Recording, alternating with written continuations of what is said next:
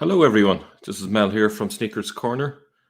Hello to Trinity, to Martin, Ellen, to DD, to Gent Z, and anyone else, Happy Camper, and to Murad, who I believe is watching. He may join us later, possibly, if he can. It's great to see so many of you here. Sorry, it's last minute, but like a lot of things, it's something grabs me, and I just go on air. So we're looking at a website that I had a look at earlier this evening, and it amused me. It was called 30 Facts About Islam. And I thought it would be great to have a look at the so-called facts. Now, some of these turn out to be fairly straightforward facts, but there's a lot of doubtful facts, in inverted commas, included in these lists. And I think that these are easily debunked. And the comment by Trinity Matrix is very good. Without lies, Islam dies. Exactly. Hello to Tony Holly. Okay, so without further ado, let's get straight in and we'll have a look at this website now. Just hopefully it all works according to plan here. No, wrong one. Sorry. Okay, let's just check that this works okay. Great, okay. Right, so we start fact number one. The meaning of Islam. Islam means surrender or submission. Salam, which means peace, is the root word of Islam. In a religious context, the word Islam means the surrendering of one's will without compulsion to the true will of God in an effort to achieve peace. So any thoughts on that there, people? I don't think I have a major issue with the idea that Islam means surrender. Though there is a question about, was this the original meaning at the beginning? The meaning seems to have changed over time. The bit that I find a little bit dodgy, I don't know if people can see that well enough. What I might do is maybe just change things so that we're just seeing the post by itself. Let's just see if that makes a difference there. Is that a bit better? Just see if that's, just go to full screen on it. So hopefully that will improve things so you can read it a bit better. The bit that I found was a bit of a contradiction is it says, Islam means the surrendering of one's will without compulsion to the true will of God. I think there's a kind of a contradiction there. If you are giving up one's will to another being, how is that not compulsion? If you are essentially handing over your will to someone else, maybe at the outset it's voluntary, but essentially if you're handing over your will, you're being compelled in some way. I think once the initial handing over of your will, from that moment onwards, that other being, whether it be God or be another human being, is compelling you to do everything. Okay. There's a bit of a psychological issue with that. I have a problem with that. I'm sure we can think of lots of situations in life where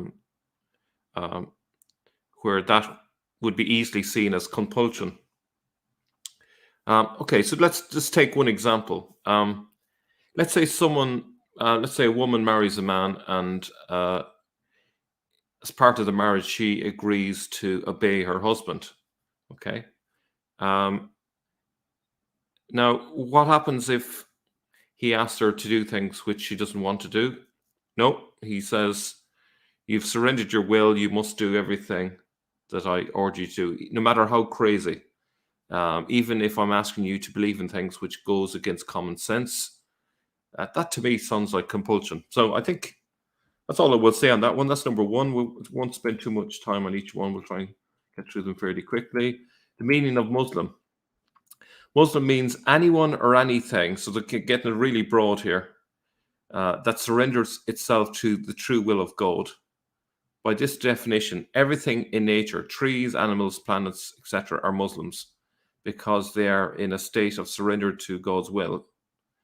In other words, they are fulfilling the purpose for which God created them. So, everything in nature is fulfilling the purpose for which God created them. Now,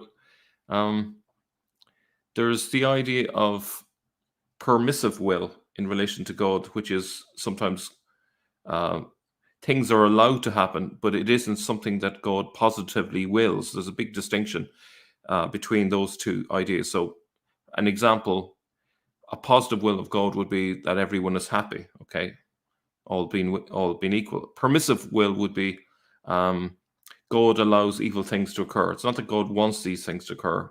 So there's no distinction made between those two concepts here. They are fulfilling the purpose for which God created them. So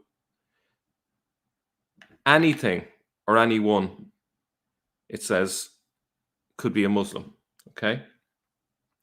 So you don't need to do anything. So it'd be interesting to see, as we look at the definition of Muslim in practice later on in this PowerPoint or this, website, whether the person is actually consistent with this. So if this is a fact that anyone or anything is a Muslim, well, let's just see if that's if that's actually the case. Okay.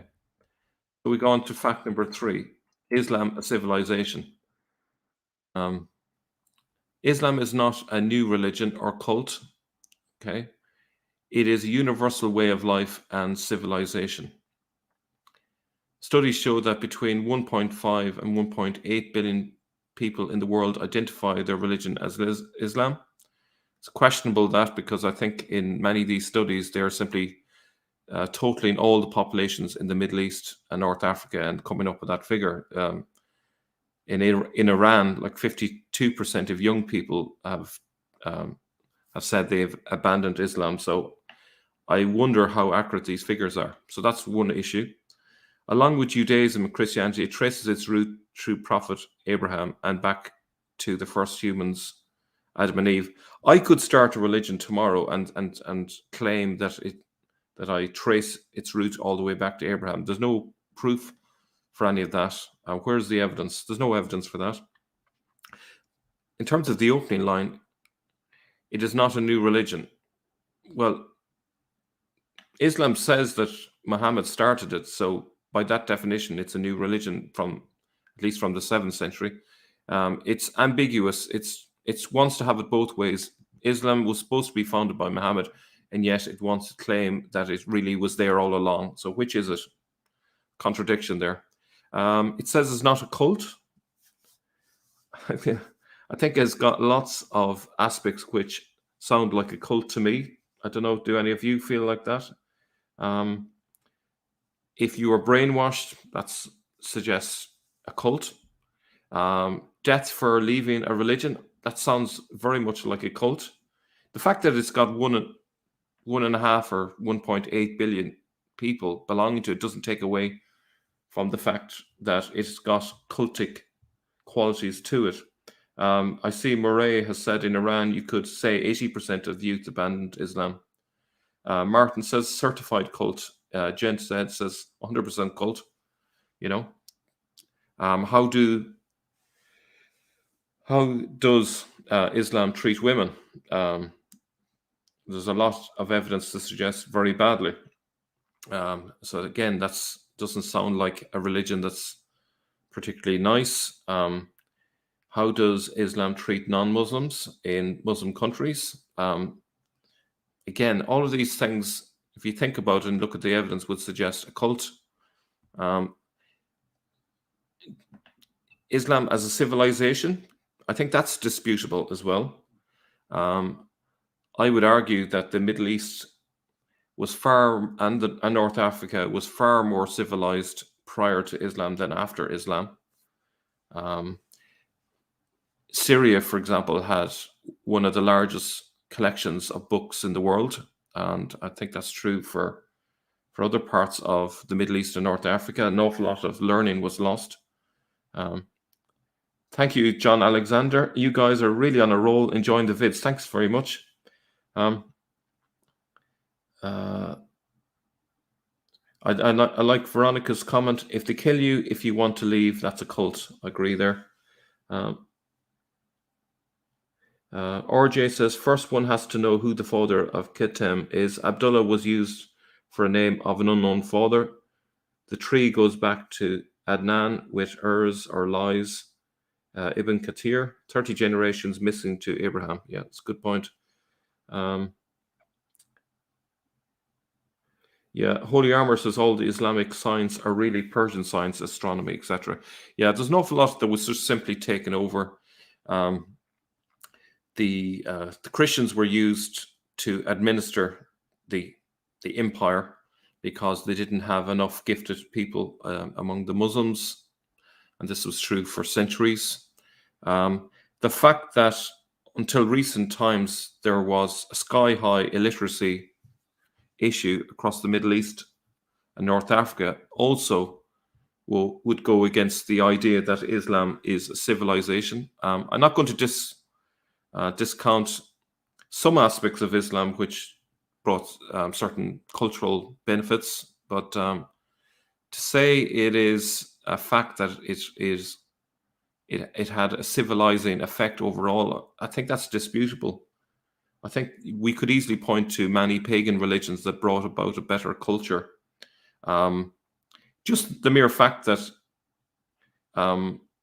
we don't complain about hundreds and hundreds of other religions around the world which are, for example, pagan, but don't cause any trouble for anybody, very peaceful, mind their own business, don't hurt anyone, don't blow up planes, etc.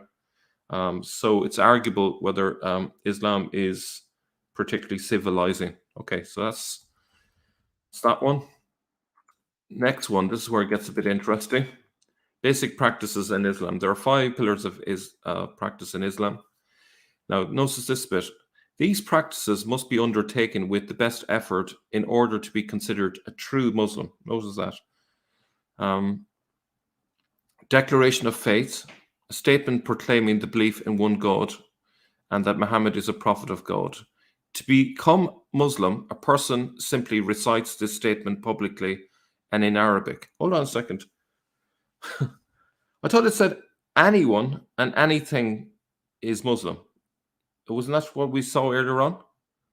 Now, all of a sudden, elsewhere, there's a different definition of Muslim. Instead of everyone being a Muslim, and a tree or a table or a jumper or football and anything being a Muslim, here now there's a prerequisite to become a Muslim. So that would indicate that you weren't a Muslim before now, and to become a Muslim you have to do this. So that's a contradiction.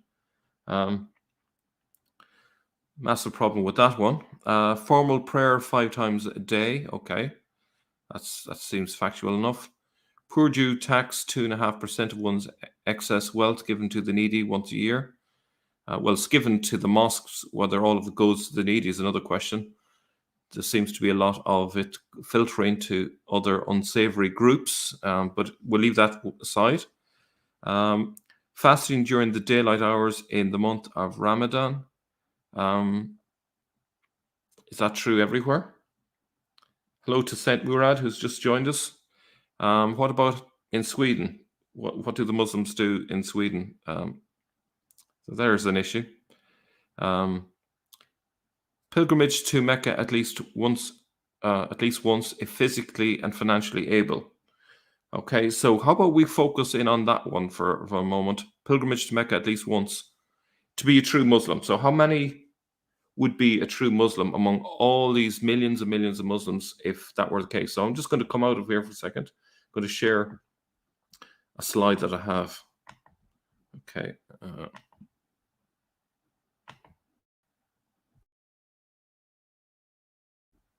Okay. Right. So only true Muslims go on Hajj. So one of the requirements to be a true Muslim is you go on Hajj at least once in a lifetime. I noticed that Murad has made a comment before we go into this. Let me just read that. Giving to the needy. No, the sheikhs put most of it in their pockets. I've seen that. Wow. So you're not suggesting Islam is a bit of a scam, are you, Murad? Yeah, so that's another issue. I bet you there's a lot of that going on. Okay, so there's a lot of ifs and buts here. So take it with a pinch of salt here. But if we accept that there are 1.8 billion Muslims in the world, okay, which is doubtful, probably a lot less, and that Islam has a net increase currently of 2.9% according to a Pew study. The trend is obviously downwards, as we've pointed out earlier. The net gain is 52.2 million new Muslims each year, okay, who need to go on Hajj. Okay, now forget the point that most of these, in fact, all of them, let's just say for argument's sake that most of them are born, but let's just assume that they are of an age to go on Hajj. Okay, now the reason I'm saying this is because we're doing averages here overall, and we're trying to see do all of them go on Hajj over the course of their lifetime. So we give them a ticket this year. Okay, so these are the new Muslims, 52.2 million, whether they're converted or they just were born, and we discount those who have died in a particular year. So these are the net additions, and they filled. What did I mean to say? Forget about they fill the Hajj. They go to the Hajj. This would be on average just 2.2 million. So if the maximum number from that group of 52.2 million go on Hajj, it would be 2.2 million. That's the point I was trying to say, and I made a mistake in my PowerPoint and didn't spot it in time. Okay, so 2.2 million go on Hajj this year from the 52.2 million. So that's on average is about 2.2 million, give or take. Sometimes it's 3 million some years, but we won't haggle for the sake of a few thousand. 2.2 million. So don't worry, the 50 million who didn't go can go next year, right? So next year, another 53 to 54 million, because obviously it's going up 2.9% each year. So 53 to 54 million new Muslims are added, okay? And about 2.2 million Muslims go on Hajj, okay? So what happens then? You can see that of that extra bunch, only a tiny percentage of them, 2.2 million, go on Hajj. But don't worry, there's always next year, inshallah, for the 101 million Muslims who still haven't gone. Do you see the issue? So we're just looking at the fact that there's only a small number of Muslims going on Hajj. Now, we're talking about Hajj here, not Umrah, okay? Because it's the Hajj that counts in terms of the 5 pillars. Umrah is fine, but it's not the Hajj. So if we do the numbers, that means that in reality, only 4.2% of Muslims ever go on Hajj. If you go through all the numbers, that's what it averages out. Yeah. Now, do you remember we said that, not me, the website said that true Muslims are the ones who do the 5 pillars, and one of those is going to the Hajj at least once in their lifetime. That would mean if only 4.2% of Muslims ever go on Hajj, that means 95.8% of Muslims are not true Muslims. So the vast majority are not true Muslims. This is not me. This is the 30 facts about Islam says that these are the true Muslims, the ones that go on Hajj. So 95.8% are not true Muslims. So the question is, so do only true Muslims go to heaven then? If that's the case, we got a major problem. All of these people doing all these practices, if they're not true Muslims at the end of the day because they haven't gone on Hajj, where do they stand with everything? Do they get put outside the pearly gates because of that? And RJ says there's a limited time each year that one can go on Hajj. It's for 5 days each year. So, yeah. I see Banu Pong says it's 2 a.m. in Thailand already. So may I go to bed? And I will watch this later again tomorrow. Thank you for your dedication. You're more than free. This is not Islam. I cannot compel you to stay. You're free to leave at any stage. Um, John Alexander has an interesting comment. I think of all those people crowding into that square, circling the Kaaba, running with the bulls in Spain. It's very similar, isn't it? Probably running with the bulls is probably not half as dangerous if you think of the numbers of people who get crushed each year. Okay, so let's go back to the site then.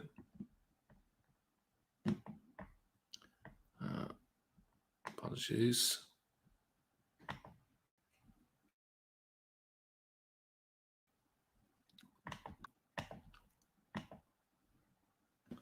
Okay, so those are the basic practices. So I would argue that there are flaws there in those facts, so-called facts. Basic beliefs in Islam. There are 6 articles of faith in Islam. These are the basic beliefs that one must have in order to be considered a true Muslim. That phrase again, a true Muslim. They are belief in the one God. Okay, just on that one, Lloyd de Jong has found an awful lot of evidence of the deification of Muhammad all through the centuries, and that is found in the Sirah, and there's about 56 different Sirahs, and he's found really strong evidence to suggest that they are deifying him, which goes totally against this idea of one God. And the Sharia also suggests that they are treating Muhammad as a god as well. It's also another part B, all of the true prophets of God. So that's another belief. True prophets of God, notice it's kind of a misnomer in a way, or not a misnomer. It's kind of what's the word for it? A prophet ought to be someone who tells the truth. So it's kind of embedded in the word prophet that the prophet should be true. They're either a prophet or not. But that's maybe a small little thing I would say on that one. C, the original scriptures revealed to Moses, David, Jesus, and Muhammad. So, okay, so they believe in the original scriptures revealed to Moses, David, Jesus, and Muhammad. So the Torah and the Gospels. Now, Islam would argue that we don't have the original scriptures, okay, that it's been lost, and all we have are corrupted versions. So how can you believe in something that isn't there? So all you have is an imaginary set of scriptures that you supposedly believe in that doesn't exist. So no one can disprove what you believe in. So if you say you believe in the Torah, or what about this Torah that exists today? No, the original one. We believe in that. Okay, what's in that? Well, you could say anything you like there for that one. So this is the slippery sort of game that Islam plays. I see St. Murad says, my future crackdown of the one God will show it is a hoax.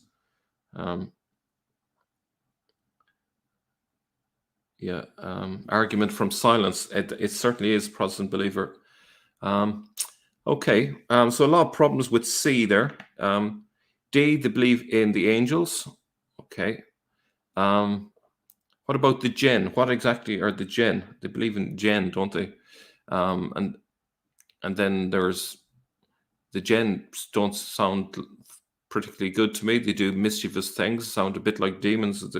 You could add that they believe in demons, perhaps, or at least superstition, and so on forth. E, the day of judgment and the hereafter.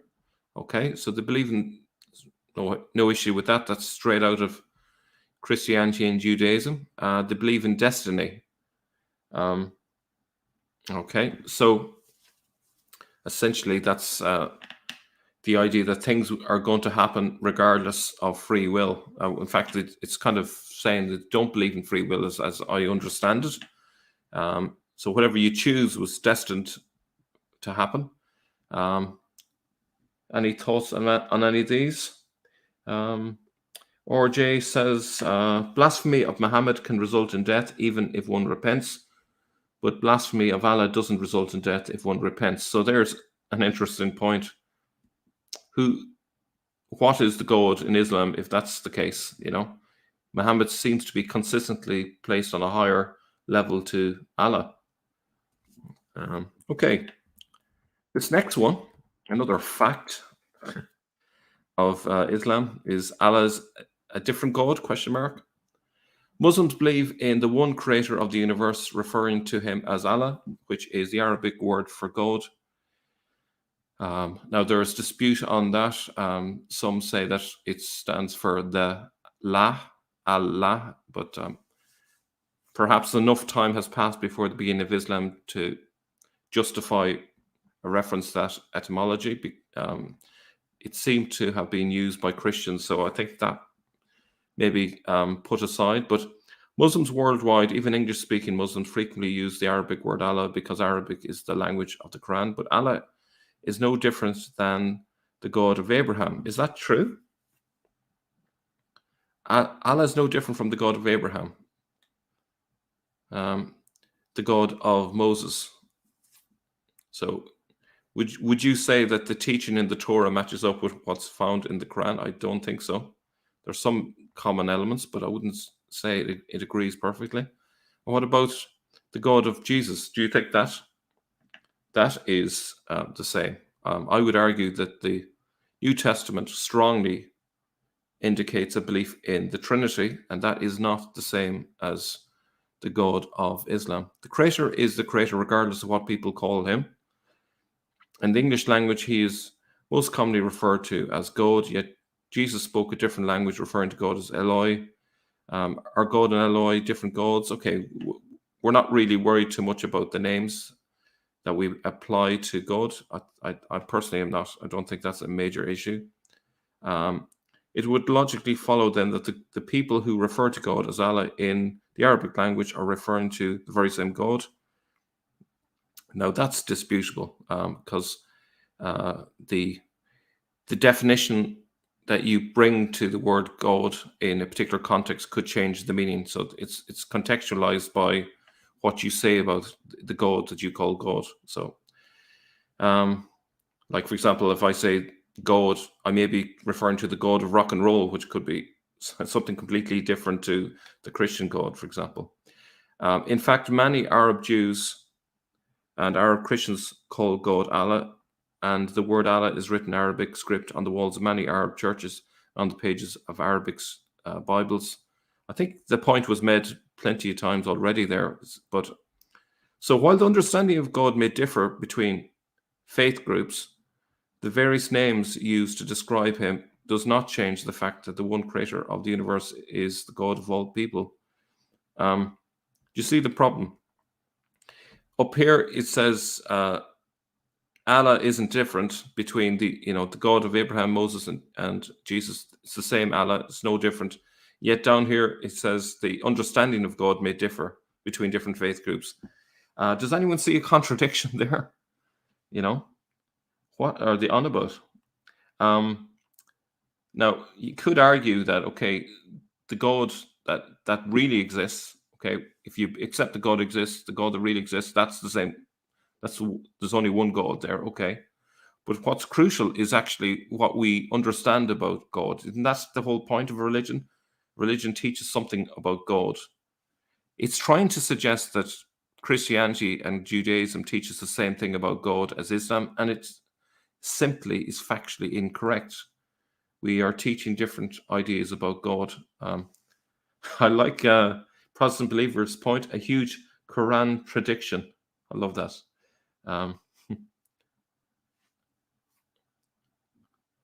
Yeah. Another bit of interesting phenomena is a highly exalted Allah AWOL God. Yeah. Absent without leave. Yeah. I like the other one. Show me your God's laws and I'll show you your God. And also, RJ has another point which is very good. Look at the physical description of Allah and the belief of Muslims that he is not a spirit. That's a major difference. The shin of Allah and all the rest of it, the two right hands of Allah, and what's that about? So there's a lot of problems there. Okay, so that's that one. I think that's pretty much debunked. There's quite a few that's been debunked already. I've only delved into a few at this stage. I don't know if we're going to get through all 30. Well, we'll see how we get on here. But the Islamic concept of God, the Islamic concept of God is that he's loving, merciful, compassionate. Any thoughts on that one? Would you agree that is this the picture you get when you read the Quran? Um, Islam also teaches that he's all knowing and the perfect judge of affairs and will punish or forgive accordingly. However, Allah once said to Muhammad, "My mercy prevails over my wrath." Is that right? So Islam teaches a balance between fear and hope, protecting one from both complacency and despair. Um, yeah, I see. Veronica says Islam is in nearly every aspect a counterfeit uh, version of Christianity. Uh, uh, well, thank you very much. 321, love walking the talk. Thank you very much. That's very kind of you. Yeah, Saint Murad brought up an interesting point there, is the Quran has no word of love. That's true. So even though it says here that God is that he's loving, I think if you were to open up the average paragraph or page in the Bible, I think you'll find plenty of references to God being loving, but you're not going to find that in the Quran. Protestant Believers says, "We will cast terror into the hearts of those who became disbelievers because they partner other gods." So that's does that fit with the idea of God being loving, merciful, and compassionate? Um, uh, their abode is the fire, and evil is the place of the unjust. So lots of examples. Allah is not just. You can't have it both ways unless Jesus died for your sins. Okay. Okay. So I think a lot of you there would suggest there's a contradiction there. I don't find much evidence for the idea of God being loving in the Quran. I think the opposite is true, and seems to be a tyrant, seems to be malicious, creating people on purpose, knowing that their fate is hell and things like that. So doesn't seem to be very merciful there. Who is God according to Islam? Muslims believe that God has revealed 99 of his names or attributes in the Quran. It is through these names that one can come to know the Creator. A few of these names are the All Merciful, the All Knower, the Protector, the Provider, the Near, the First, the Last, the Hidden, and the Source of all peace. Any thoughts on that? And the best of deceivers, I see. Okay, so I think one problem that stands out for me here is one of the attributes of God is first and last. And in the Bible, it's clear as day, Jesus describes himself as the first and the last. So therefore, according to this, if you accept the Bible came before the Quran, which it did, Jesus is God, according to Islam. Who knew? So that's an issue. The other thing I suppose you could say is, are these attributes, are they eternal? Are they, if they are eternal, they're divine, aren't they? Are they distinct from God, or are they all the same? You know, how does that fit in with the idea of there being one God? There seems to be a fragmentary idea there in that concept of God having 99 attributes. I'd be open to hearing what Muslims have to say about that. I think there's an argument philosophically that this opens up a can of worms in relation to the idea of God, but it's perhaps just a philosophical issue that requires further explanation, perhaps, if I'm being generous. But it is certainly a philosophical problem. Okay, so let's move on. Next part, accountability in Islam. Okay, so this is going to be interesting. The Christian concept of vicarious atonement, the idea that Jesus died for the sins of humanity, is alien to the Islamic concept of personal responsibility. Okay, straight off, who does Islam say died on the cross? Does it say Jesus? No, it says someone else took his place. Does that sound like vicarious atonement there? So there's a flaw. Islam teaches that on the day of judgment, every person will be resurrected and will be accountable to God for their every word and deed. Consequently, a practicing Muslim is always striving to be righteous while hoping and praying for God's acceptance and grace. Now, accountability in Islam is questionable as well here, because, okay, let's say a Muslim man sees a woman and has lustful thoughts about her, okay? Where's the accountability there? Does he take ownership of that, or does what happen is that she is blamed for the feelings that he has because of how she's dressed or whatever?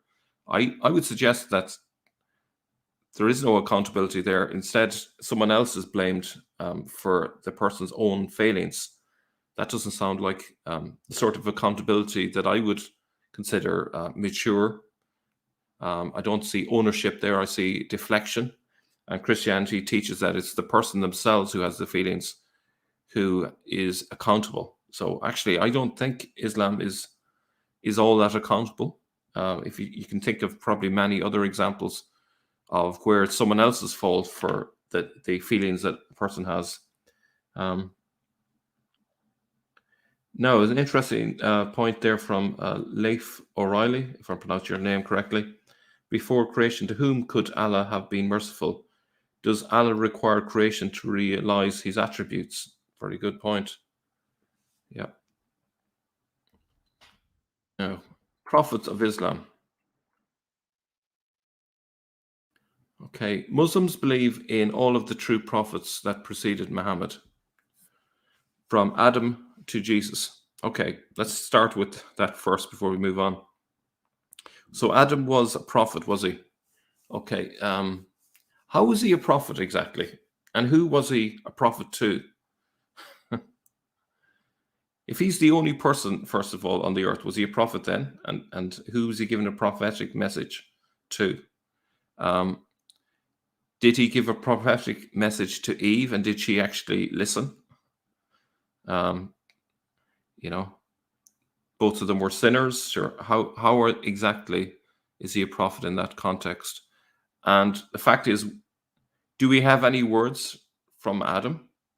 Do we have a record of what he said? No, we don't have anything. So in what sense is he a prophet? So that's a major problem. And there's lots of other people who exist in the Old Testament that Christians or Jews don't consider to be prophets, but they are Old Testament figures. For example, David is not considered to be a prophet. He's a king of Israel. He's got, he's like a precursor in a sense to the Messiah, but he is a very flawed individual. Is David prophetic when he commits adultery? I don't think so. Saint Murad says no Muslims have two counterfeit prophets, Hud and Salah. Very good. Does Islam have an answer to the question, why was crucifixion faked? Eve, we will be kicked out here. Yeah. Lost Solomon. Yeah. So a few ones that we could point to there. It's very dodgy. Muslims believe they brought the same message of voluntarily surrendering to God's will. But here's the problems, just before going to any further. They believe in fate, okay? So how does fate, destiny, fit in with voluntarily surrendering? If you were bound by fate to surrender your will, how is that voluntary? That's an issue. So they have the same message of voluntary surrendering to God's will to different peoples at different times. Muslims also believe they were Muslims, again, in a generic sense. Oh, now they have a distinction. since they followed God's true guidance and surrendered their will to him. So do you notice how they're playing around with words? So sometimes it's a generic sense Muslim, and other times it's specific. So the word becomes utterly meaningless then. Okay. Gordon says David was prophetic when he prophesied the Messiah and his death in Psalm 22. Okay, that's a fair point. Okay. Yaha is John the Baptist, Mandaean influences. Okay. Right, on to the next one. Who Muslims worship? Muslims neither worship Muhammad nor pray through him. Muslims worship the unseen, omniscient creator Allah. Now, you may have seen in an earlier video, there was a record from, I think it was the 13th or 14th century of what Muslims did when they visited the grave of Muhammad. This was in Medina, and they have a tradition of praying to Muhammad to ask for intercession from Allah. So there's a contradiction there, and that is a fact. You can't change the past. John Alexander, it's like listening to someone sell you a bunch of empty lip service. Veronica says that is a lie. They can call on Mo daily.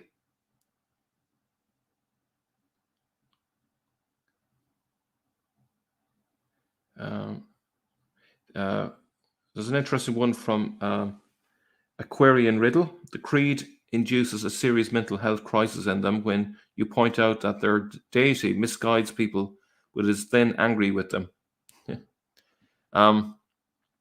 Can you imagine if you said to someone, put your hand on the fire, and then they get burned, and then you get angry with them? Why did you do that? Because you told me.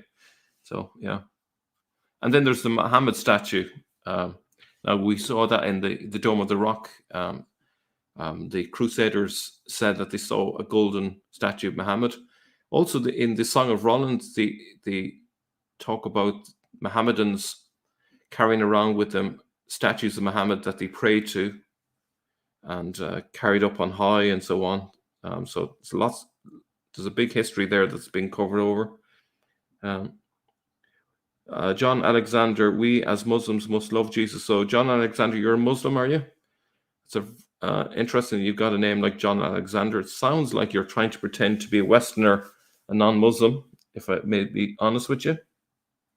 And all the prophets, what does that mean?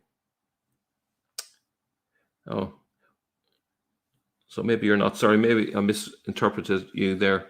We as Muslims must love Jesus and all the prophets. What does that mean? Okay, sorry about that. I think I mistook you as a Muslim there for a second. Yep, they pray to the prophet. And Protestant believer says, yep, Muhammad's name is all over the dome. Okay, let's go back to this. So I think that fact supposedly is very questionable. I would say it's easily debunked if you look at the history of Islam. There is copious evidence for Muslims worshipping Muhammad. They pray to him. They have painted images of him down through the centuries. They even have him radiant with light, unlike ordinary human beings. They basically deify him. I think there's very hard to avoid that conclusion.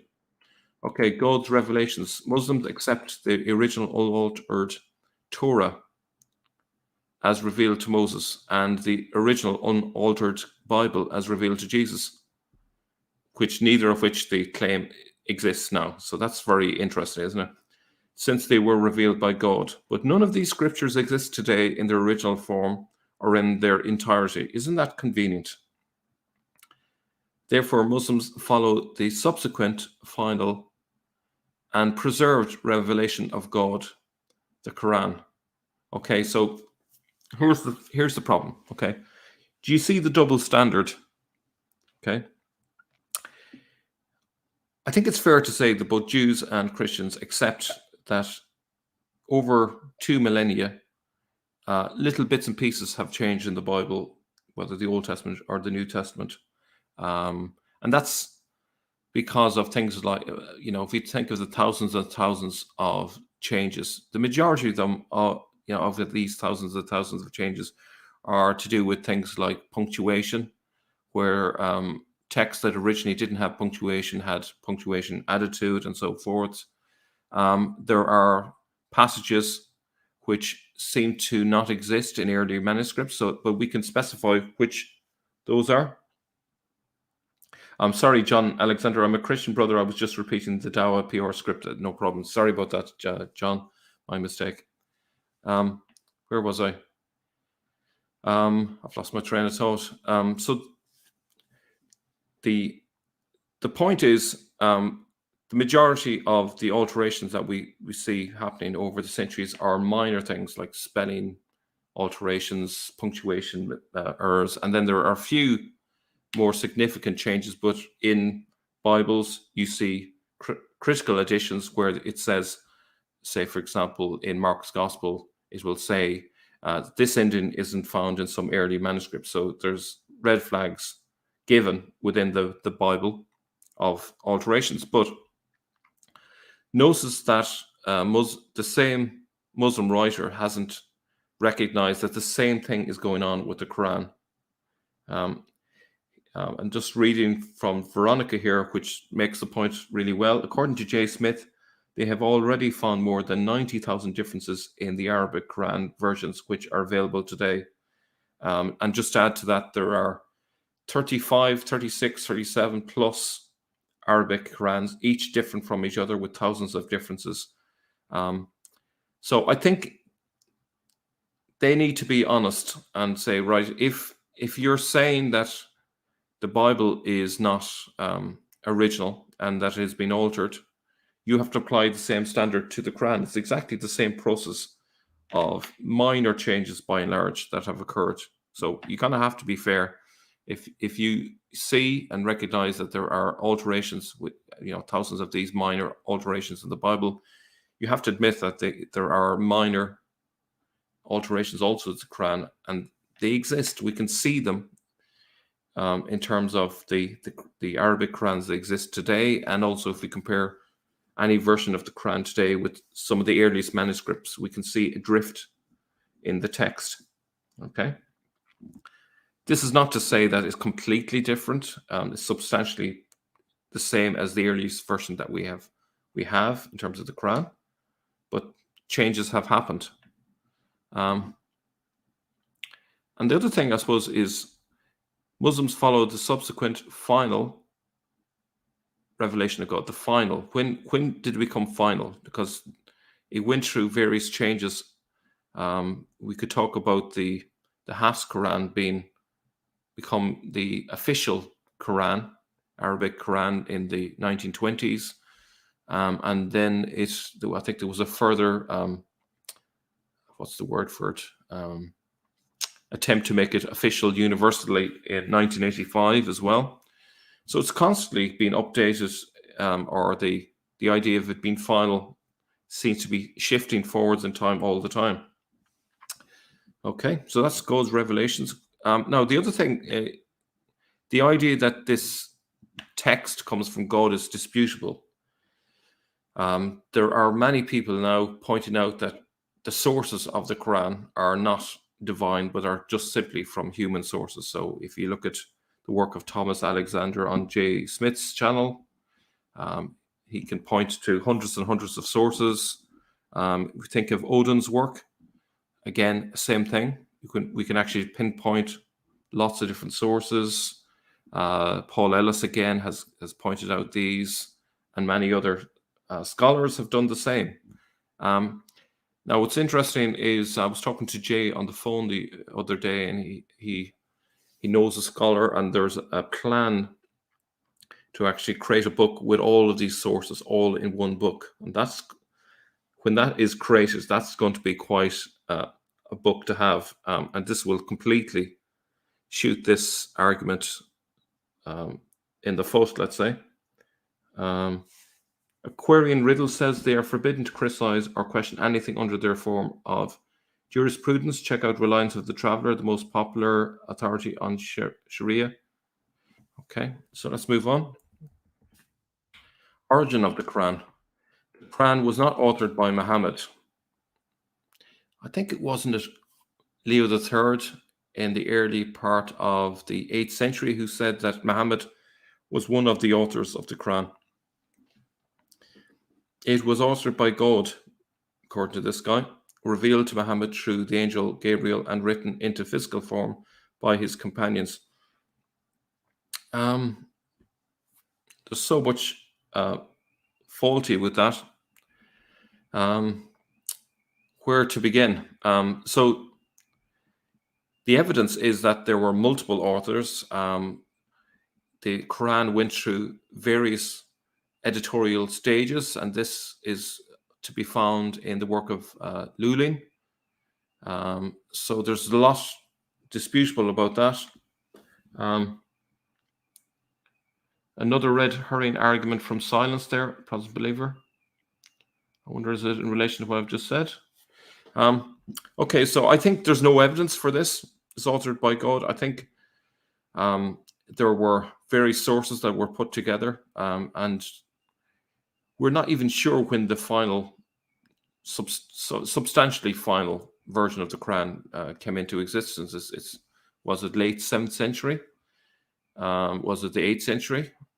And then, all the other bits and pieces that were added over the centuries. So if we compare the inscriptions on the Dome of the Rock, some of them appear to be from the Quran, some of them seem to be something else. What about the bits that are not in the Quran? Does that mean those bits were dropped out of the Quran? Or did the Quran borrow bits from the inscriptions on the Dome of the Rock? Do you see where that's going as well? So there's lots of problems with this. I think there's plenty of scholarship now that would say that we can point to a human origin to the Quran. There are a lot of studies done which suggest that there were multiple authors and that there are different parts of the Quran that come from vastly different periods in time. So does it come from Gabriel? Does it come from Allah? I would suggest that the substantial body of evidence would suggest no. Original Arabic text of the Quran. The original Arabic text of the Quran contains no flaws or contradictions and has not been altered since its revelation. Okay, what about it's not been altered since its revelation? I think we have got abundance of evidence against that. We only have to open up any of the Arabic versions of the Quran to show that it has been altered. In terms of contradictions, I think people like Christian Prince has pointed out the multiple contradictions in the Quran on it, and he has pointed this out on a daily basis. Are there flaws in terms of the Arabic? I would suggest there are. Perhaps, Murad, if you want to drop in any flaws that you're aware of. I think the spelling of Abraham itself differs in the Quran. So sometimes they use Ibrahim, sometimes Abraham. So different spellings there. Of course, the earliest versions don't have the diacritical marks. And so it's disputable if they've put the right diacritical marks in. Mike Hike thinks there are no differences across the Qurans that we exist today. I think you're just in denial. Saint Murad says lots of grammatical errors in the Quran. Okay. Isa isn't even close to Yeshua. Yeah. So there's tons we could talk about. I could spend all night here talking about all the flaws. Thank you very much again. 321. That's very kind of you. Veronica says, why don't you put Hafs and Wash side by side and check it for yourself? Yeah. The thing is, that work has already been done, and it's clear that there are differences between the two. So Mike Hike, really face up to reality. Your empty arguments don't work, I'm afraid. Letter for letter and dot by dot. Absolutely deluded you are. Ancient Qurans. Okay. Actual 7th century Qurans, complete and intact, are on display in museums in Turkey and other places around the world. Okay, let's have a look and check that out. Let me just see if this comes up. I'll just wait for the screen to change. No, it doesn't look like it's going to do it. Okay, let me just go back. I'll stop sharing and come out of this for a second.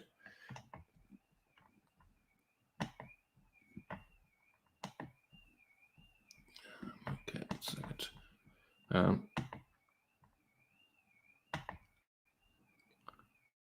Okay. Right. So, is there a Quran intact from the 7th century? So 100% intact from the 7th century. Let's have a look at that.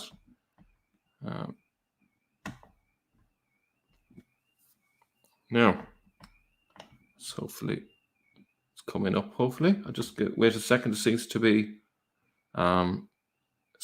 a delay there. Okay, so according to a source that I've looked at, like the Samarkand Kufic Quran, the Topkapi manuscript was often cited as the oldest Quran for many years. Recent research, however, shows that the Topkapi manuscript is at least a century younger than the oldest existing Quran fragments. Do you see the problem? The Topkapi manuscript has been dated to about the early to mid 8th century and is a nearly complete text of the Quran. So it's not from the 7th century, and it's not a complete text of the Quran, even if we accept it's a near complete, but it's not. In that respect, it is most likely the oldest near complete Quran in existence. It says also, like the Samarkand Quran, the Topkapi manuscript is believed to be an original Quran commissioned by the third Caliph Uthman in 651. Research has shown that this is not true and that the manuscript is over a century younger than Uthman's Qurans. So that's another lie or falsehood that is presented as truth by the that website. Let's go back to you again.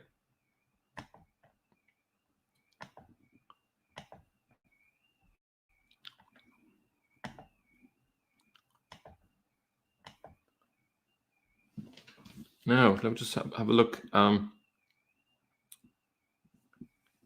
Benta J says, too bad, even, let me just, I've lost it there. It's a bit hard to read it because it's racing ahead. Thank you to Peter Fall Mohammed for your kind gifts, sir. Much appreciated. Yeah, so where are the Uthman Qurans? Mike Hike says, how do you know about Hafs and Warsh and differences in pronunciation? From our books and sources, you are not even representing what we accept as Quran. Well, Mike Hike, the people have actually compared them side by side using the actual Hafs and Warsh manuscripts. Jay and others have appeared at Speaker's Corner and shown photocopies of these actual books. They even have held up these manuscripts, what we have of them today, and we can see the differences. Okay, and Arabic scholars have actually looked at these. So I think you're just in denial, to be honest with you. I don't think that is of any value. You need evidence. So the ancient Qurans, that whole point is inaccurate. They're not complete. They typically are from the 8th century. We've only got fragments from the 7th century. They're not intact. So not much good there. Quran preserved revelation. So this is kind of related to if all the Qurans in the world today were destroyed, the original Arabic would still remain. Is that true? This is because millions of Muslims called Hafiz or guardians have memorized the text letter for letter from beginning to end, every word and every syllable. In which version? Hafs? Warsh? You tell me that they've all memorized these the same? And when you compare some of the words, you can see that it isn't, the differences aren't based on an oral memory that's being confused. It's a written difference that has occurred. So that's just nonsense. I think the argument that there was a time in the early part of Islamic history where the early versions of the Quran were memorized is just nonsense. This didn't happen. And all of the different variants that exist is evidence for that. Says also chapters from the Quran are precisely recited from memory in each of the 5 formal prayers performed daily by hundreds of millions of Muslims throughout the world. But the question is, which version are they using? Okay, most of them are using the Hafs. The Hafs isn't even the earliest version of the Quran, and the Warsh is very different. There's lots of different versions that we've mentioned. So I think this is a weak argument, and we have all the evidence that if we take any of the versions, we can see variations going on over history, over time, and between the different readings. So I think that is a flawed argument. Sharia law. Okay, so that's the next one we're going to look at. Just try and keep up with the chat here if we can. So Veronica makes a good point. Neither revelation nor preserved. This Quran fragments are jotter of the serial Aramaic preacher. Let me see. I see a point there.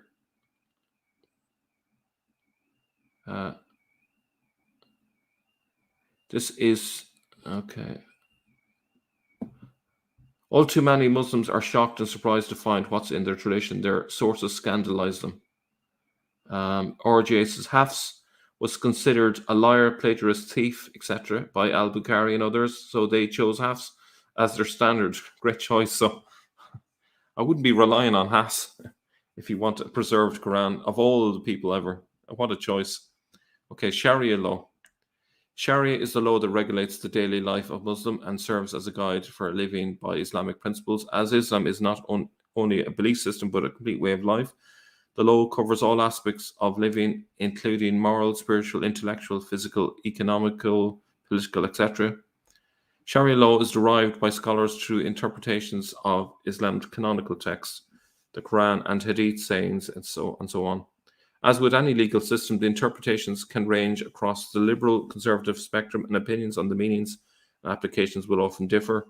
Therefore, Sharia law is essentially an effort to comprehend God's instructions. I thought the God's instructions were simple and clear to begin with, but anyway, and apply them in daily life. Since the interpretations are made by humans, they are subject to error and even perversion.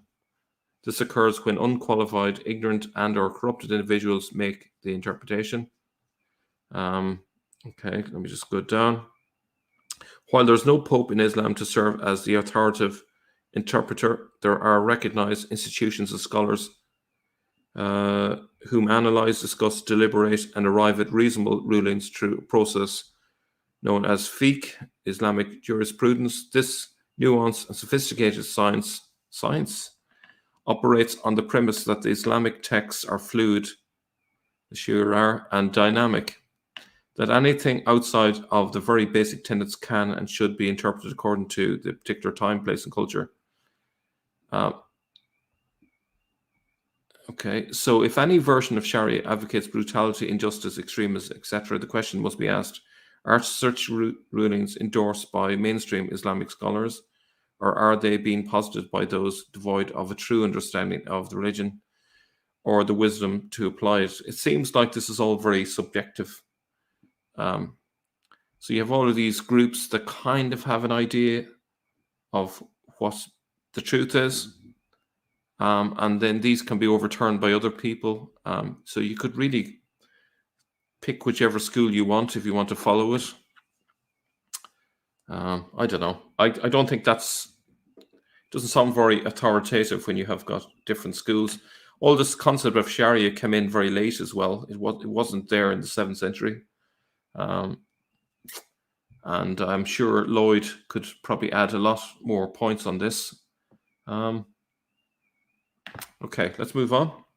So in terms of all of this, okay, I don't see any major This is meant to be a fact about Islam. I don't see how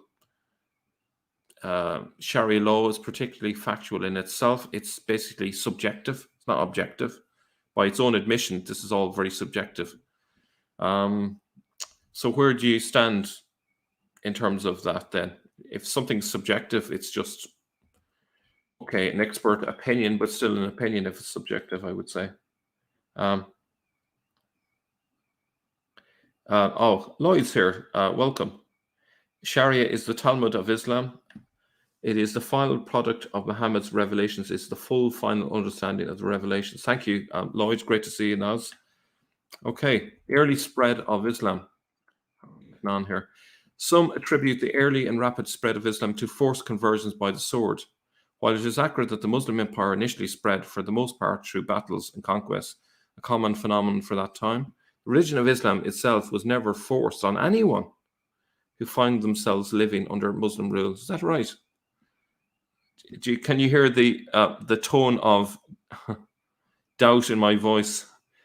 In fact, non-Muslims were afforded the right to worship as they pleased as long as a tax called jizya, which is coercive, was paid. So we're not going to force you, but we're going to give you a really high coercive tax. But we're not going to force you. Don't worry. You don't have to join our religion, but we will tax you to the hilt if you don't join our religion. Interesting.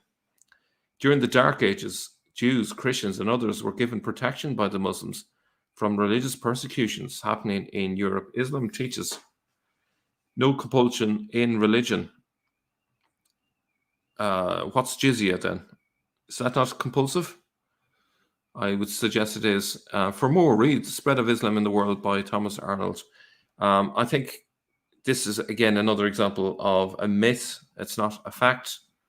It's painting a very rosy picture of history, but I think the reality is that a lot of people down through the centuries, including in today's world, are being forced into Islam against their will in many cases.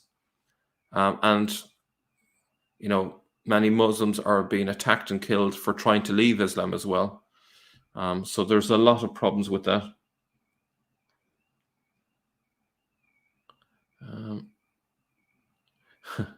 Sleepyhead Luke says, we won't force you, but we're going to force you. Yeah, that's it in a nutshell. Now, does Islam condone terrorism? See those twin towers? Interesting. The juxtaposition is hilarious. We don't use force, essentially. We never try and force people, but notice the twin towers are missing. How did that happen? Does Islam condone terrorism? Terrorism, unjustified violence. Notice the phrase unjustified violence, so therefore some violence can be justified.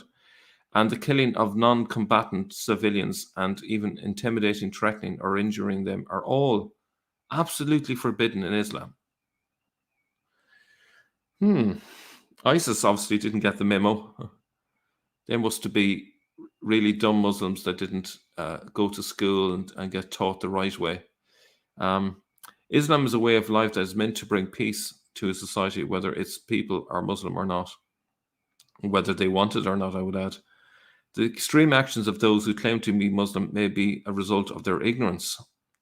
See that get out of jail point. If anyone does anything that can result in a bad image for Islam, they can just say, well, they were ignorant. The result of frustration, I wonder what type of frustration they're talking about. Uncontrolled anger, or political, not the name of or political, not religious ambitions. Okay. Anyone who condones or commits an act of terrorism in the name of Islam is simply not following Islam and is in fact violating its very tenets. Anyone have any thoughts on that one? I thought Muhammad was meant to have spread Islam through terror. These people are individuals with their own personal views and agendas. See how quickly they throw Muslims under the bus if it suits them. Fanatical Muslims are no more representative of the true teachings of Islam than fanatical Christians are of the true teachings of Christianity, or fanatical Jews are. The most prominent examples of such religious fanatics are Anders Breivik. You see that the records of that, the 2011 Norwegian terrorist Okay. Extremism and fanaticism are problems not exclusive to Muslims. Anyone who thinks that all Muslims are terrorists should note that. Well, no, I think no one is claiming that. First of all, um, uh, anyone who thinks that all Muslims are terrorists should note that terror groups like ISIS, Al Qaeda, and Boko Haram kill Muslims as well. Well, that's neither here nor there, is it? The fact is, they are killing in the name of Islam. Also, the former boxer Muhammad Ali, perhaps the most celebrated person of our era, was a practicing Muslim. Again, that's a fallacy. It doesn't mean that Islam is true, does it? Any thoughts on this? Let me just turn to the chat. What about killing? Let me see. What about killing Safia's family? How about those who were killed by Ibn Walid? Christian factory worker who pulled down an Islamic poster was beaten to death and then burned. Yes, we mentioned that recently. It is prescribed to lie to protect the deen. The quickest way to get to Jannah, your reward, is by becoming a martyr, be terror or war. Yeah. A very good point by Reverend Brian Lynch. Fanatical Christians are Carthusian monks and Carmelite nuns. I know it's terrible when Christians become fanatical. They start spreading love and joy and opening orphanages and all this mean stuff like that, giving to the poor. It's a different type of extremism. Muhammad said, I've been made victorious by terror for a month's journey. Okay, Boko Haram terrorizing Christians in Nigeria. Yeah, as we speak. Jihad Watch has got examples of acts committed in the name of Islam every week. And the numbers don't lie. Okay, but should add, we're not here claiming that every Muslim is a terrorist. I think that's a silly argument. But on the other hand, we can make an argument in favor of violence using the Quran if we want to, and that's the problem.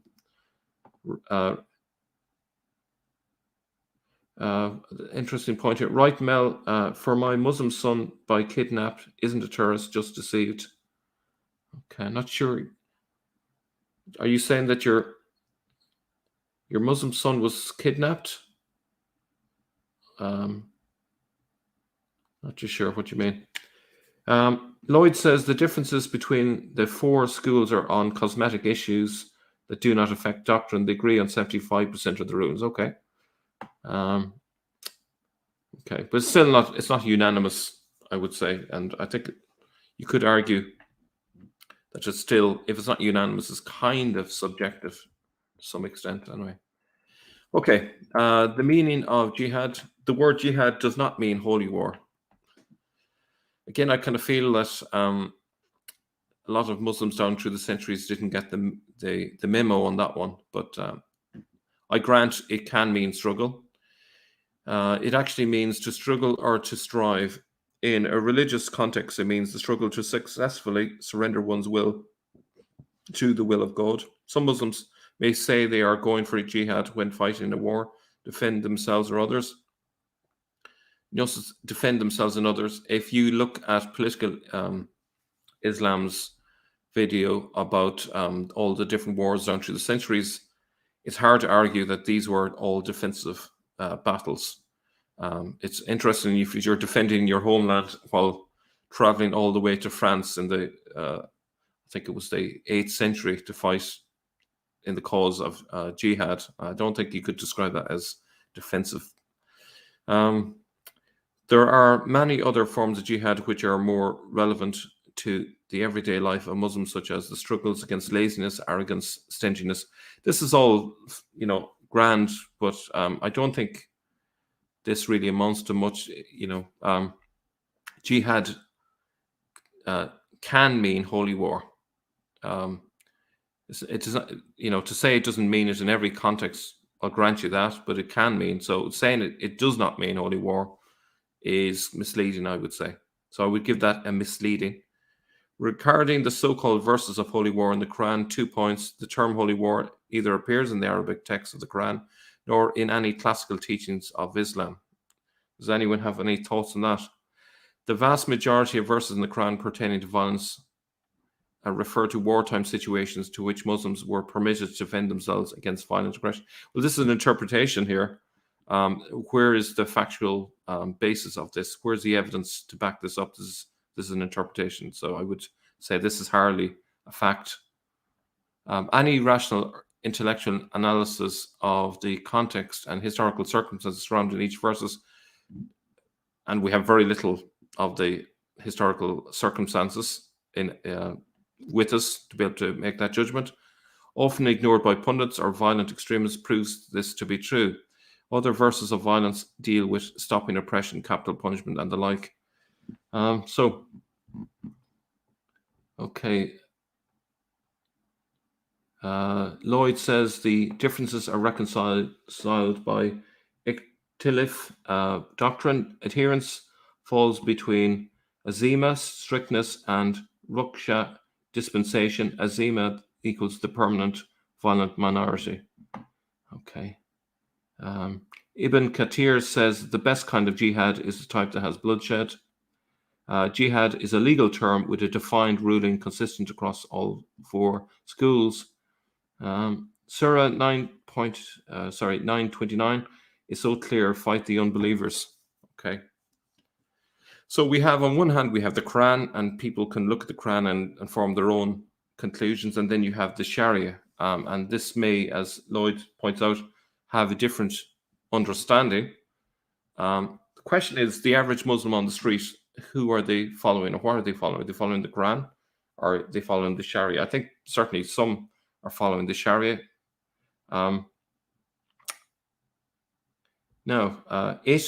Jihad means warfare to establish Islam.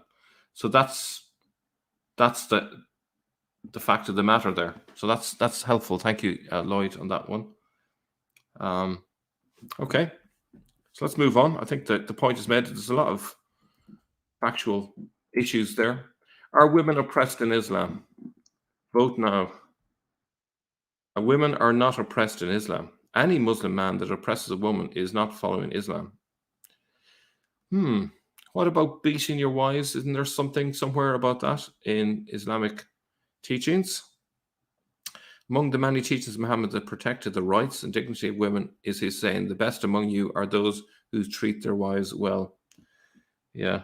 And what's the one about you can have a sex slave, the one that your right hand possesses? It doesn't seem like it's entirely true, does it?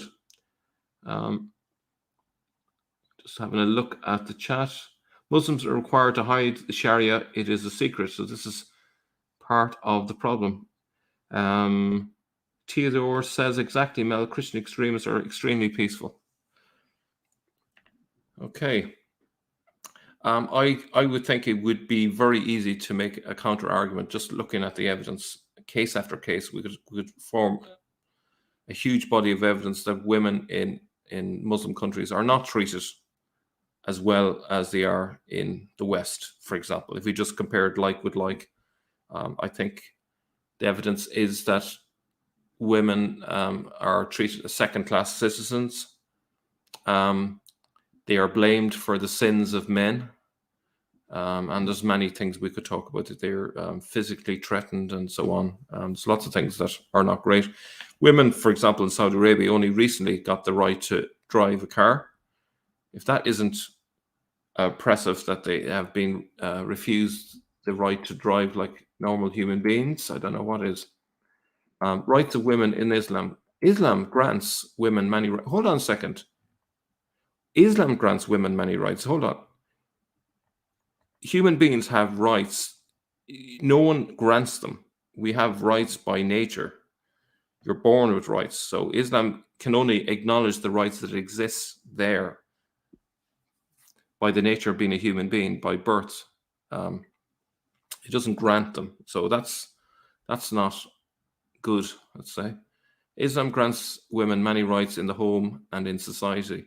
Among them are the right to earn money. Wow, that's so generous.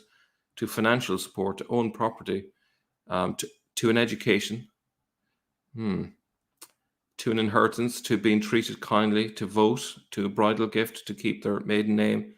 Isn't that very good of them? To worship in a mosque, to divorce, and so on. We could spend an hour talking about how in each of those cases they are treated unequally in every point. Let me see. Lloyd says dawa is defined as secondarily as a legal action. However, in its primary ruling, it's propaganda and pretense. Yeah, they can drive a car, but must have a family male with her and must have permission from the head of the house. Yeah, see all the the things that goes on here.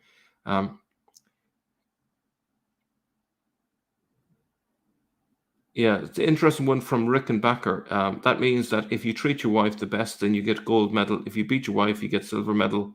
Gnosis Momo does not condemn the bad treatment of women. Watch the video Blasphemous Women Leaving Islam. Yeah. And what role do women have in Jannah? Yeah. And the sexy, what's it, the 72 virgins and all that. Quran says they can exchange wives. Yeah. Okay. And of course, just the fact that you're allowed to have up to 4 wives and so on. That's again, doesn't sound very good. Isn't something like 80% of the people who end up in hell women, according to Islam? Yeah. Islam owned property before Islam. Khadija was a land and business owner. Yeah, so it's a myth that somehow Islam improves their rights. Okay, let's move on. But with just in that fact, we could probably find hundreds and hundreds of flaws with that. The hijab, the head covering. Muslim women wear the head covering hijab in fulfillment of God's decree to dress modestly, which doesn't seem to apply to men somehow. This type of modest dress has been worn by religious women throughout time, such as traditional Catholic nuns, Mother Teresa, and the Virgin Mary. Well, that's how Virgin Mary is depicted, certainly. But not every woman is a Catholic nun.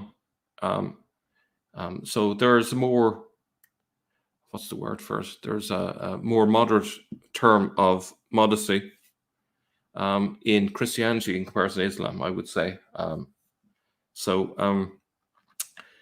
The other thing, I think what Islam is missing is the idea of modesty in attitude. And it's almost like in Islam, Muslim men delegate responsibility onto the women, which I think is unfair. They don't take personal ownership. Saint Murad says the Quran does not know the hijab, and that's a fact. Yeah.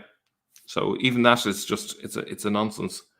Muhammad's behavior towards women changed as soon as Khadija was dead. Yeah, if we accept the narrative that Islam puts forward. Culture versus religion. Okay. Forced marriages, honor killings, female genital mutilation, and the confinement of women to their homes are all forbidden in Islam. How can that possibly be true? Think about it. Where are the places that we're finding these? We don't find them in the West by and large, do we? When we think of female genital mutilation, we don't immediately think of Iceland, do we? Or do we, or countries that typically haven't had Islam? We find those always in countries where there is a Muslim population.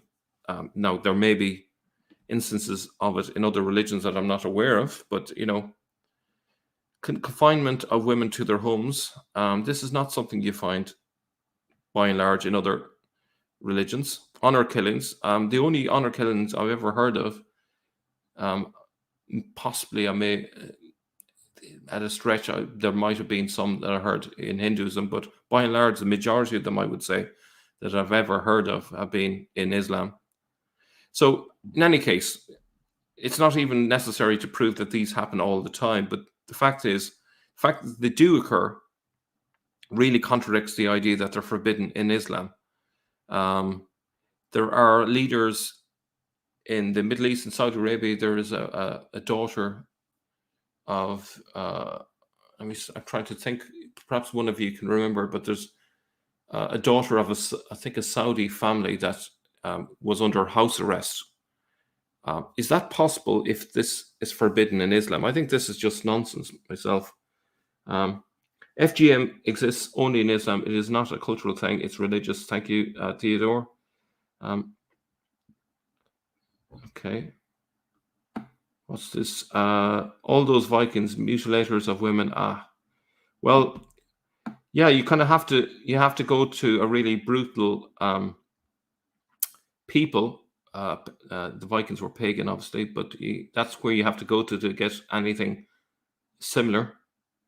The culture is regressive in terms of critical thinking, the arts and science, Aquarian Riddle says. Veronica says, never heard of an honor killing that was not committed by Muslim, at least in the West. Okay, so I think I would say that this is seriously misleading, if not out and out false. These practices stem from deeply entrenched cultural traditions. It's funny how these deeply entrenched cultural traditions only seem to occur where Islam exists and only seem to have started with the advent of Islam. It's interesting that. I don't know why. Is it just a false correlation?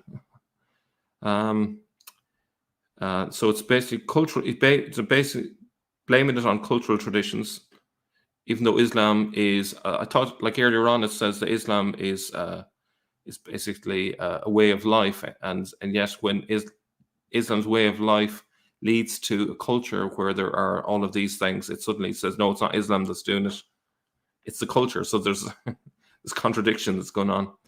And it says, and or ignorance of the true Islamic teachings or how to apply them in society. So even though Muslim societies are carrying these things out, they want to blame it on culture. Arranged marriages are allowed in Islam but are not required.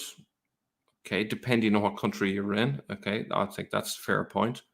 In fact, one of the conditions for a valid Islamic marriage contract is the mutual consent of both parties to the marriage. And divorce is permissible provided the Islamic guidelines are followed, which protect the rights of all affected parties, especially women and unborn children. A Muslim man in Islam, correct me if I'm wrong, only has to say, I divorce you 3 times, and then that's official. So that contradicts this idea that it's, all the rights are protected and so on. Yeah, the no true Muslim fallacy explains it. Yeah, so the no true Muslim fallacy is trotted out every time there's anything that's embarrassing to Islam. Okay, so I think we've pretty much covered that. Let's move on. Are Islam and the Nation of Islam the same religion? Islam and the Nation of Islam are 2 different religions. Okay, Islam is a religion for all races and joins the worship of the one unseen God who never took human form. On the other hand, the Nation is a movement geared towards non-whites that teaches God appeared as a man named Fard Muhammad and that Elijah Muhammad was a prophet. According to Orthodox Islam, these are blasphemous beliefs that contradict the basic theology defined throughout the Quran and other authentic texts. The followers of the Nation adhere to some Islamic principles that are mixed with other practices and beliefs completely alien to authentic Islamic teachings. Don't have any problems with that. And in terms of its claim as a fact. To better understand the differences, read about Malcolm X, his pilgrimage to Mecca, and his later comments to the media. Islam teaches equality among the races. I do have a problem with that because you only have to look at the Islamic tradition to find plenty of examples of racism, particularly against Black people. And I'm sure some of you can post some quotations from the Hadiths just to back that up.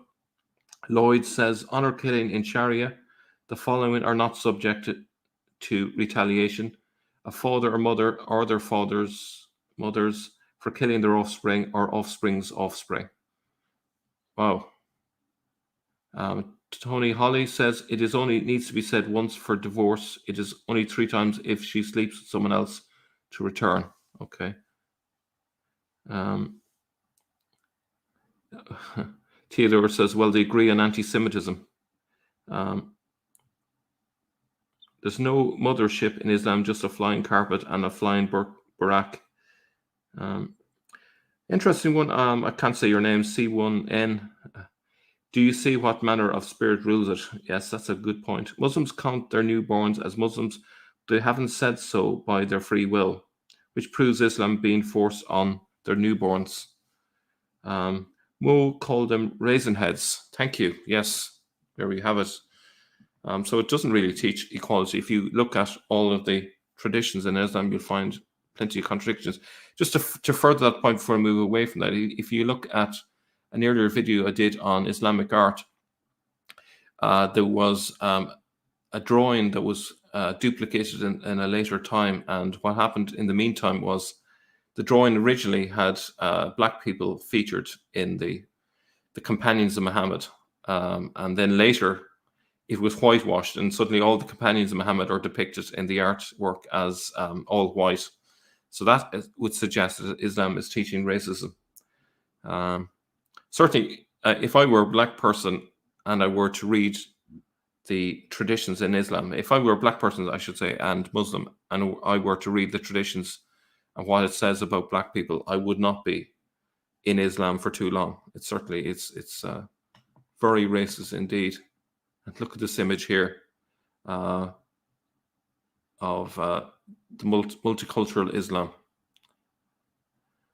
Islam for all people. All Muslims are not Arab, Middle Eastern, or of African descent. Islam is a universal religion and way of life that includes followers from all races. And yes, you need to speak Arabic if you want to understand the Quran properly. And even then, it's a bit of a struggle. So there's only a tiny percentage of Muslims who actually can speak the languages it's in. And there's also the issue that Islam teaches that that God sends prophets to teach the revelation in their own tongue. And yet Muhammad speaks Arabic. And so it's surely the religion is only meant to be for Arabs only. Anyway, there are Muslims in there's a mistake here, in and from virtually every country in the world. Arabs only constitute about 20% of Muslims worldwide. The countries with the largest Muslim populations are not located in the Middle East. So yeah, that's true. They are Indonesia, over 200 million Muslims. And I think Indonesia is experiencing an exodus of Muslims at the moment. And Pakistan and India, over 350 million Muslims combined. And of course, we should point out that these countries only become Muslim in large numbers due to the conquest of those areas by Muslims. And we will be covering that history on a future date. Bala is organizing a team of experts on that, and it should be a real eye-opener. It's an area I don't know much about. Okay. Apologies if this video is becoming a bit long. Obviously, if you're watching this after the live stream, I would suggest just watch it in 30 minutes segments if it's too long for you. Okay, so the Kaaba. In the 5 daily prayers, Muslims face the Kaaba in Mecca, Saudi Arabia. It is a cube-shaped stone structure. Well, is it actually cube-shaped? It's not actually cube-shaped. It's taller than it is wide. That's not a cube. But anyway, that's a minor point. Cube-shaped stone structure that was built by Prophet Abraham. False. Abraham was never near that neck of the woods, and his son Ishmael on the same foundations where Prophet Adam is believed to have built a sanctuary for the worship of one God.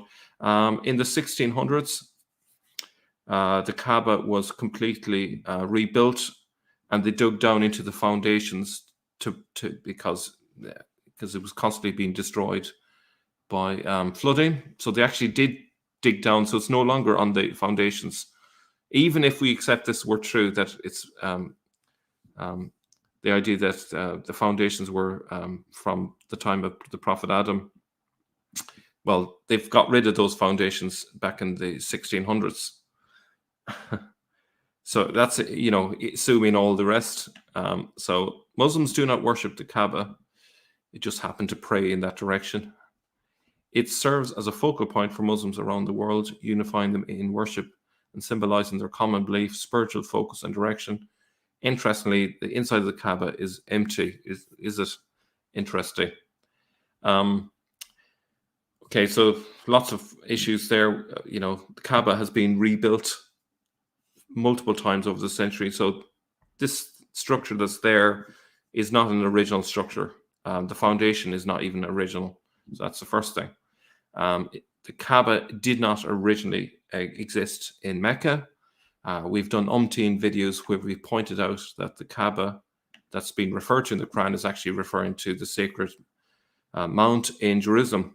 And the Masjid al-Haram is really what was built by Umar in the 7th century. And so they moved it all down south. And we have looked at the water issue with Mecca as well. And we've shown that there wasn't sufficient amount of water to support a large population there. So the idea that Mecca had been a city at one time is complete myth. So that's it. There's no biblical evidence to back up the idea that Adam or Abraham or anyone else, for that matter, ever set foot in Mecca either. So this is just myth.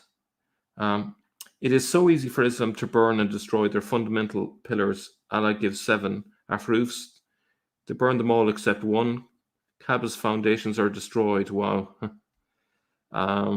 Theodore says the black stone in the Kaaba is only 8 pebbles and expensive wax. And then there's the issue of touching the Yemeni corner, which washes away your sins. So many issues. Okay, so this is not a fact. Let's move on to the Hajj itself. The Hajj is an annual pilgrimage to the Kaaba made by 3 million Muslims from all corners of the earth. The earth doesn't have any corners, but this is meant to be factual. But anyway, we'll allow a term, a phrase.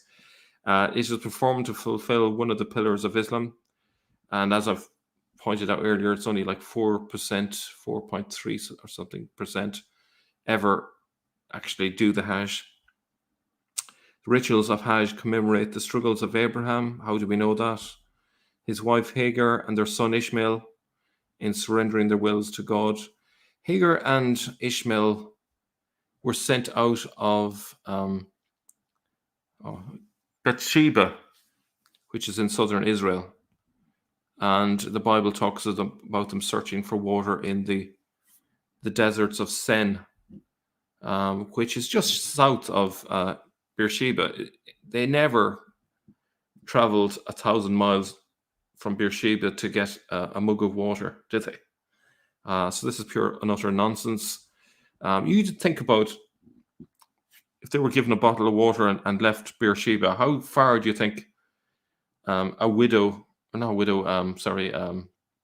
concubine, I should say, concubine and her son, how far do you think they managed to get with a bottle or two of water? Would you think they get all the way down to the Hijaz on foot or even with a camel? They'd pretty quickly run out of water, I would suggest. And if they were going looking for water, I think they couldn't have picked a worse place to go looking for water than way down south. Surely they would have gone way up north. It would have been far easier for them just to head north of Beersheba instead of south. Only a fool would have thought that by going to the Hijaz, that would be an ideal place to get water. Anyway, Nathan says there's no archaeological evidence in the current Mecca site or around it to support the Hajj. The hills Safa and Marwan are conveniently located in a covered building. Yes. And we've shown how Safa and Marwa actually are in Jerusalem as well in an earlier video. Okay.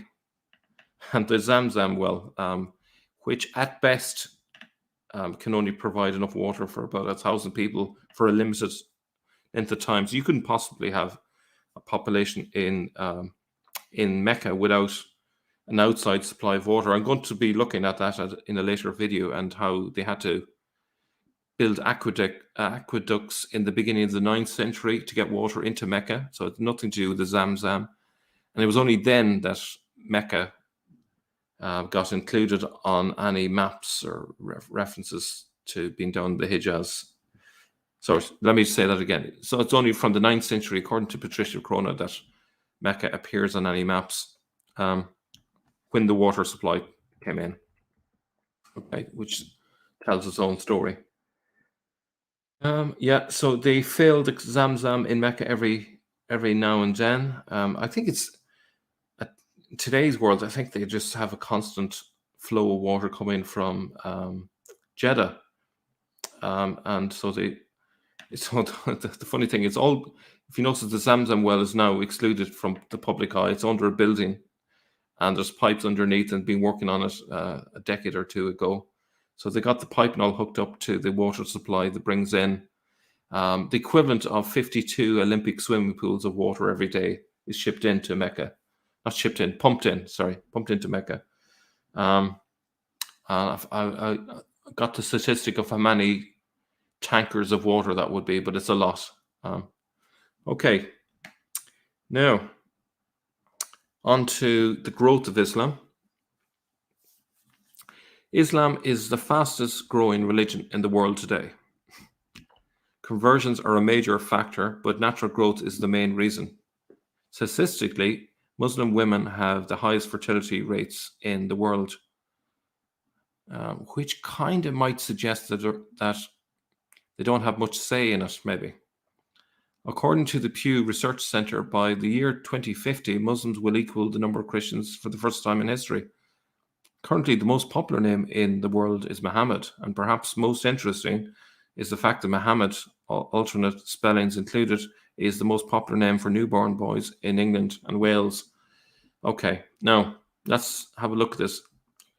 Is it true that Islam is the fastest growing religion in the world today? Yes, today. What is the basis on it? Because relative to countries in the West, there are more women each Muslim woman on average are having more children than those in the West, which is not that difficult when you think about it, because in the West, the average fertility rate is below the replacement level. So it's below 2.1. But currently, in Muslim countries, the average is something like 2.8, just going from memory. So it's below 3. And the trend is downwards. So by the end of this decade, it's going to hit below the replacement rate, the same as everywhere else. So the trend is not good for Islam in terms of birth rates. Back in 1960, the birth rates were 4 children higher per woman. So it's dropped 4 children in that period of time. It's the fastest decrease anywhere in the world in terms of birth rates, and that should alarm the Dawa teams. So it's nothing to crow about. It's nothing to trumpet, I would suggest. Highest fertility rates in the world currently, yes, but also the fastest falling fertility rates in the world. And in terms of conversions, there's a lot of people leaving Islam. So it's those becoming Muslims are often outdone by those who are leaving Islam. If you take Iran, 50% or thereabouts no longer are Muslims. There are secret non-Muslims in Iran. In America, the apostasy rate is something like 23%. So that's, that will continue even if they get to 2.1 children on average, and below that, it'll still be 23% apostasy rate. So that's going to send the numbers off the cliff Okay. Islam's influence on civilization. This is our last one today. Actually, I have to refer to a point. Highest numbers of deformed children due to inbreeding. That is true in places like Pakistan. The Iranian Gaman Religious Sentiment Survey doesn't augur a strong growth for Islam. Theodore says, I think that Muslims are not 1.9 billion for sure. Almost no ex-Muslims express their apostasy publicly. It's all clear signs of a cult that really needs to be exposed and dealt with, says Trinity Matrix. Okay, so our last one today, Islam's influence on civilization. Over the past 1400 years, Muslim intellects have made substantial contributions in the areas of physics, medicine, mathematics, chemistry, astronomy, philosophy, and geography. Okay. Let's think about this in terms of Nobel Prize winners. What religion has got the highest number of Nobel Prize winners? I'm going to leave that question hanging. I'd like you to vote in the comment section. What religion has got the highest number of Nobel Prize winners? Let's see. Please don't say Music Mel like the British Museum.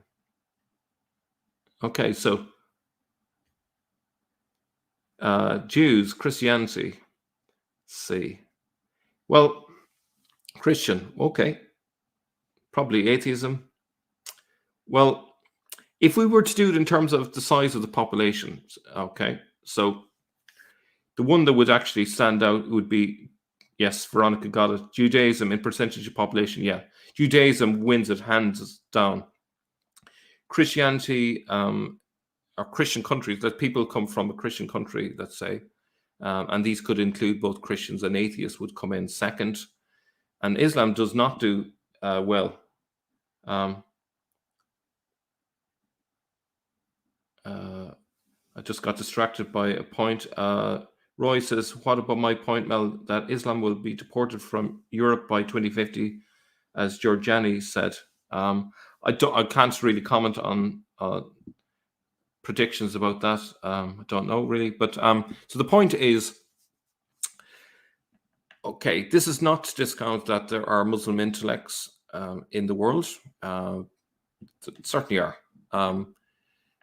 But in terms of how they do relative to the rest of the world, not great, it would be the answer. And I don't think Islam has helped. One of the things that creates intellects is, and intellectuals, I should say, is freedom to think critically. And Islam suppresses the freedom to think critically, and it has had a negative impact. Even given that there was a period of time when Islam was more open to reason, and the first few centuries, under the influence, I would say, of Syriac Christianity, it was still open to reason. Once the influence of Christianity in the Middle East waned, what happens? Islam suddenly becomes anti-intellectual, and that has remained the case until relatively recently. So it hasn't had too many fantastic intellectuals, really. Nobel Prize winners, not very many. If we look at all the major inventions, we find that are typically people in the West that have done that. If we think of the top 50 universities in the world, Muslim countries do not feature there. At no time, okay, so back to this. At no time was this more evident than in the Middle Ages. More evident, I would say, at no time was this ever evident. No, how would you say it? I would say that this is the only time it was evident, which was at the Middle Ages, a period commonly referred to as the Golden Age of Islam. It produced such luminaries as Jabir ibn Haytham, considered the father of early chemistry, Al-Khwarizmi, one of the fathers of algebra. Well, I would suggest that mathematics, where would you get that originally? I think the Indians were the fathers of algebra, or the fathers of mathematics, certainly. the Greeks as well. I think you would have to point to the Babylonians. So there's plenty long before the 7th century and the 8th century, 9th century that you could say were the fathers of mathematics, just in the broad sense. But Al-Zarawi, father of surgery; Al-Razi, father of pediatrics. So there were, yeah, I'd acknowledge there were some people who were associated, but these were a long time ago, and then the contributions dried up. Their contribution ultimately helped to usher in the European Renaissance. I think that's arguable. I think the damage that Islam did on the West economically probably held back the emergence of the Renaissance. It was because Europe was in a dark age due to its economic woes from the 7th and 8th century onwards, because of having to deal with so many battles against Muslims attacking their lands and so on. The impact of trade on the Mediterranean. There was an awful lot of piracy as a result of the advent of Islam. So, that had a massive downward impact. So I think that's arguable. This influence on Western civilization is recognized in a mural painting in the 1890s on the ceiling of the Library of Congress in Washington, D.C. Islam is included along with England, France, America, Greece, and Rome and others in a depiction of the evolution of civilization. Well, I don't know. I would say Islam has had its share of scientists and so on, mathematicians, particularly in the early centuries. But overall, I would say if you look to China, you see that it had its fair share. It was obviously the inventor of gunpowder, paper, lots of other things. The Indians really are the origin of an awful lot of things, particularly mathematics. The Greeks had a huge contribution that they made. So I think this whole influence on civilization is mostly propaganda. It's greatly exaggerated. It's not to say that this wasn't important. It was certainly important, but it was short-lived, and it was quickly replaced by an anti-intellectualism that continued up till modern times. And as Holy Armor has just said, Persian scientists and mathematicians, not really Islamic. So like you can really point to how other groups have helped Islam take the glory. Like the Christian monks contributed so much. They were living alongside Muslims, and the Muslims were taking the glory. But it was these monks that were retaining a lot of the ancient sources and so on, and the Christians were acting as was mentioned earlier, the I've forgotten the word, the administration and so on. Okay, so I think really that this is an error-ridden website. It says 30 facts about Islam. I would say these are 30 myths about Islam. I won't read this. Shall I read the summary? I think we've covered it all. I think I won't read the summary, but I think it's pretty obvious that this is a very lazy piece of propaganda. This is really a condensed form of the Islamic script, the Dawah script. It is factually incorrect in so many ways. And I would suggest that if Muslims want to find out the facts, really, I think they should have a look at this video. I think, and also have a look at the comments underneath this video, because I'm sure there will be many viewers who will add counter information against what is supposed to be a fact. Obviously, this is just a very quick overview in 2 hours or so, or is it 3 hours? Oh my goodness, 3 hours. But On that point, I'm going to stop here. Thank you for watching. I hope you found this helpful, and talk to you all very soon. Bye-bye.